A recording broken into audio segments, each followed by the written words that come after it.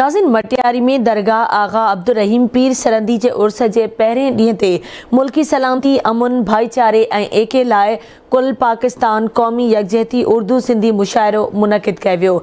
मुशाइरे में अमरीका समेत सिंध ऐं सिंध तोड़े पंजाब के शाइरनि शिरकत कई। उन हवाले से ॾिसूं था अब्दुल गफूर मल्ला की रिपोर्ट।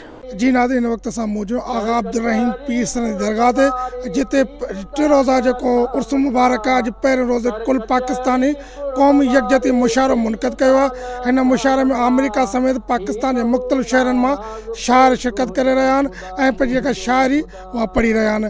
इन हवाले सां जेके हिते शाइर आहिनि उहे आवाज़ सां पंहिंजा वीचार कहिड़ी रीति वंडीनि, अचो त हिननि खां पुछूं।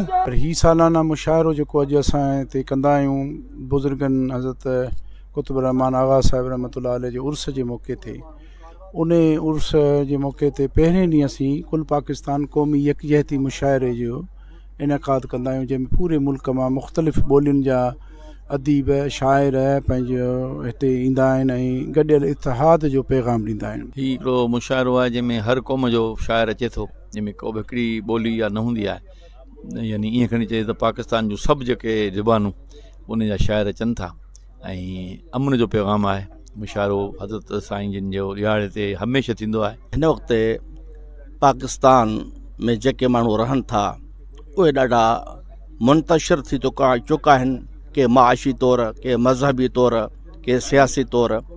उलमा ऐं मशाइख़ जी इहा बुनियादी ज़िम्मेदारी आहे त उन्हनि खे कंहिं न कंहिं तरीक़े सां कठे कयो वञे ऐं अॼोको मुशाइरो पे उहो इन सिलसिले जी हिकु कड़ी आहे त हुन में अहिड़ियूं ॻाल्हियूं बयानु कयूं वञनि जिन ॻाल्हियुनि जे ज़रिए सां कुझु इतिहाद पैदा थिए। सालियानो क़ौमी यकजहती मुशाइरो थिए थो ऐं यकजहती जी माना आहे त ॿधी ऐं इतिहाद। ही मुशाइरो जेको आहे सो ॿधी ऐं इतिहाद जो पैगाम ॾिए थो।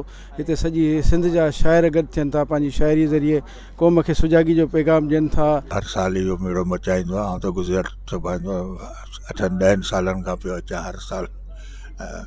इंशाअल्लाह ताला साईं जा ये मेला जेके हैं से हमेशा मचंदा रहते। इसकी बड़ी तारीफ मैंने सुनी थी कि यहाँ भाईचारगी मुशायरा होता है, तमाम लोग होते हैं, सिंधी उर्दू, न सिर्फ ये ज़बान के बल्कि आपस में भी हाँ तमाम लोग मोहब्बत की बात करते हैं और सिर्फ ज़बान ही नहीं करते हैं, अमली तौर पर भी मोहब्बत का इजहार करते हैं। जी नाज़रीन, तव्हां जेके मुख़्तलिफ़ शाइर आहिनि हुननि जा वीचार ॿुधा।